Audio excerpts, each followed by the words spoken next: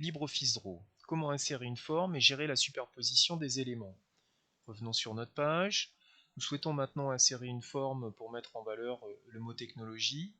Imaginons que l'on veuille rajouter un nuage, par exemple ici. Toujours pareil, hein, on vient faire un clic en haut au point de départ et nous étendons donc en déplaçant la souris, en maintenant cliquer le bouton gauche de la souris vers le bas et on relâche le bouton. On peut voir que le nuage est venu se positionner sur le mot technologie et nous ce qu'on aimerait avoir c'est plutôt le mot technologie sur le nuage.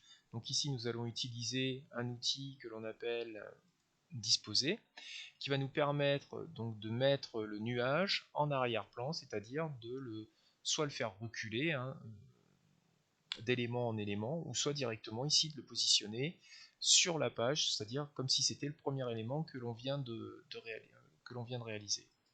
Donc voilà. Donc on voit bien le mot technologie qui apparaît maintenant sur le nuage. Attention au contraste des couleurs. Hein, il vaudrait mieux ici par exemple que le mot technologie soit écrit en clair hein, pour apporter un peu plus de contraste. Si l'on souhaite rajouter une flèche par exemple, hein, toujours pareil, hein, donc nous avons différents types de flèches, je vais prendre la plus simple, hein, la basique.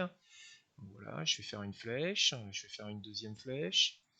Alors toujours dans le même esprit que tout à l'heure, hein, on peut gérer l'épaisseur du trait, on peut gérer bien sûr la couleur de notre flèche, et cette flèche, ben pareil, je n'ai pas envie qu'elle apparaisse sur mon nuage, je veux qu'elle soit derrière mon nuage, donc je vais la faire reculer, je vais la mettre en arrière-plan.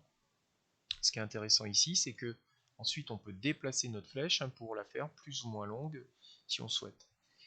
Vous avez compris le principe. Donc maintenant, on va passer à un autre tutoriel.